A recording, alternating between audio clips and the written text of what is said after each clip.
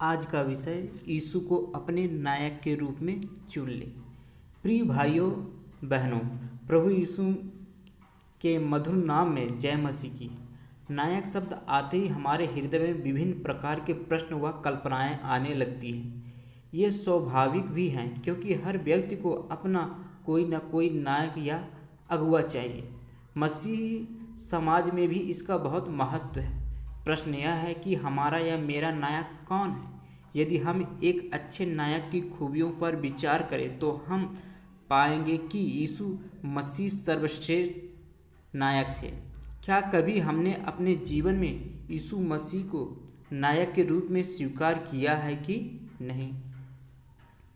मेरा जवानों से यह आह्वान है कि आज ही चुन लें कि हमें किसकी सेवा करनी है और हमारा नायक कौन है। एक निश्चयपूर्ण चुनाव की जरूरत होती है क्योंकि यीशु ने कहा, तुम ईश्वर और धन दोनों की सेवा नहीं कर सकते। अगर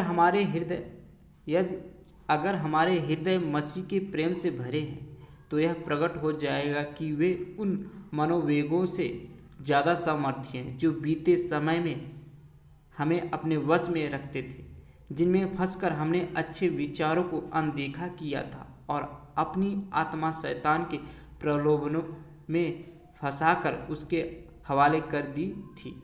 जब एक पापी का हृदय छू लिया जाता है तब वह अपनी इच्छा ईश्वर की ओर को सौंप देता है।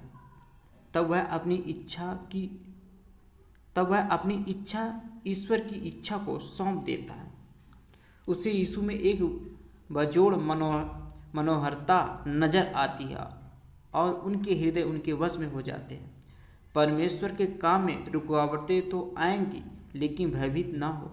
राजाओं के राजा जो वाचा के विश्वास योग्य प्रभु हैं, अपनी शक्तिमान सामर्थ्य के साथ एक दयालु चरवाहे की कोमलता को जोड़ देते हैं। उनकी शक्ति परिपूर्ण है और उनके लोगों के लिए उनकी प्रतिज्ञाओं के पक्के तौर पर पूरा होने की शपथ है। अपने काम को आगे बढ़ाने के लिए वे सारी बाधाएं दूर कर देंगे। उनके पास हर एक मुसीबत को दूर करने के उनके अपने नज़रिए हैं। आज भारतवर्ष में मसीहत को ऐसे मजबूत जवानों की ज़रूरत है जो इस इंतज़ार में नहीं रहेंगे कि पहले उनका रास्ता आरामदेह हो जाए या उनकी सारी बाधाएं दूर हो जाए, बल्कि आज ऐसे जवान चाहिए जो हताश हो चुके हैं, लोगों के लिए प्रेरणा स्रोत का कारण बने। यीशु जब इस संसार में थे तो उन्होंने किसी का इंतजार नहीं किया, बल्कि कार्य को अपने हाथों से किया, जो एक अच्छे नायक की विशेषता होती है। यदि आप योग्य हैं तो उस कार्य को करने के लिए किसी का इंतजार ना करें, क्योंकि प्रभु चाहते हैं कि आप अगुए बने। मसीही सेवा में लगे कुछ लोग कमज़ोर, डरपोक और आसानी से हिम्मत हार जाने वाले होते हैं।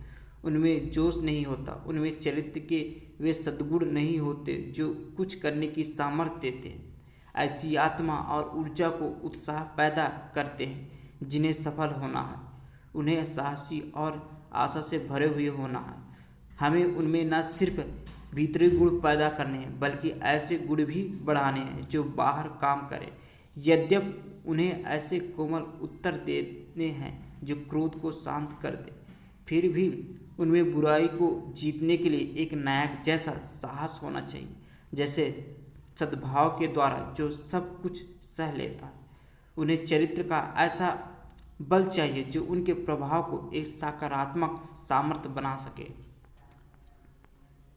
कुछ लोगों के चरित्र में दृढ़ता नहीं होती। इस कमजोरी, अनिश्चितता और अयोग्यता पर प्रबल होना जरूरी है।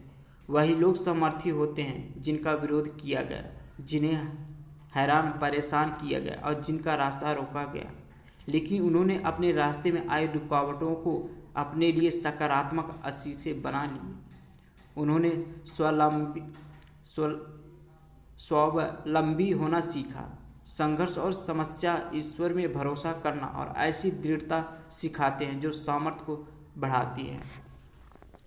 शैतान आज भी हमारे सामने वही प्रलोभन रखता है जो उसने मसीह के सामने रखे थे। वह हमारी स्वामी भक्ति के बदले हमें संसार के राज्य देने का प्रस्ताव रखता है। लेकिन जो अपने विश्वास के कर्ता और पूरक यीशु की ओर देख रहा होता है, उस पर शैतान का कोई जोर नहीं चलता। शत्रु के साथ जंगल में हुए मुकाबले का जैसा नमूना मसीह ने एक अच्छे नायक के रूप में हमारे सामने रखा। क्या मनुष्य उसी तरह ईश्वरीय सामर्थ्य को थामकर पक्के इरादे और धीरज के साथ शैतान का सामना करेगा? मनुष्य की इच्छा के बिना ईश्वर उसे शैतान की युक्तियों से नहीं बचा सकते। मसीह की ईश्वरी शक्ति से मदद पाकर मनुष्य को अपनी मानवीय शक्ति में हर एक कीमत चुकाते हुए जयवंत होना। संक्षिप्त में कहें तो मनुष्य को इसी तरह प्रबल होना पड़ेगा जैसे मसीह हुए थे, और फिर उस जय के द्वारा जिसे मसीह के सर्वसामर्थी नाम में पा लेना उसके विशेषाधिकार है। वह ईश्वर का उत्तराधिकारी और मसीह का सह उत्तराधिकारी बन सकता है। अगर सिर्फ मसीह को ही जयवंत होना है तो हमारे लिए यह कभी नहीं होगा। मनुष्य को अपने हिस्से का काम करना है, उसे मसीह द्वारा दी जाने वाली शक्ति और कृपा से जय पानी है। मनुष्य को जयवंत होने के काम में मसीह का सहकर्मी होना है, तभी वह मसीह में उनके साथ सह अधिकारी होगा। हम मसीह के अनमोल लहू से ऐसे खरीदे गए हैं जैसे एक कलंक मेमने के लहू के द्वारा। यह कैसी कीमत है, बेजोड़ और असीम। यद्यप मसीह ने हमें खरीदा है और वे हमें अपने पास बुलाते हैं, फिर भी संसार के आकर्षण हमें प्रलोभित करते हैं और हम पर प्रभुता करना चाहते हैं। ईश्वर के लिए प्रेम या संसार के लिए प्रेम, इस संघर्ष में कौन जीतेगा? हमारा शत्रु हमें संसार में घसीट ले जाने के लिए हमारे सामने भी ऐसे ही प्रलोभन रखता है जैसे परखने के समय उसने जंगल में मसीह के सामने रखे थे। अगर हम यीशु की सामर्थ पर निर्भर नहीं होंगे जो हमारी पहुंच से बाहर है, हमसे बढ़कर है, तो शत्रु हमें नाश करने में सफल हो जाए। लेकिन जब हम मसीह के सामने देखते हैं, उनके जीवन और चरित्र को देखते हैं और उनके जैसे बनने की इच्छा रखते हैं, तो तब हमारे मन में एक अच्छे नायक की छवि उत्पन्न होने लगती है और हम सही दिशा में आगे बढ़ने लगते हैं। यीशु ने हमसे इतनी मोहब्बत करी कि उसने अपनी जान तक हमारे लिए कुर्बान कर दी।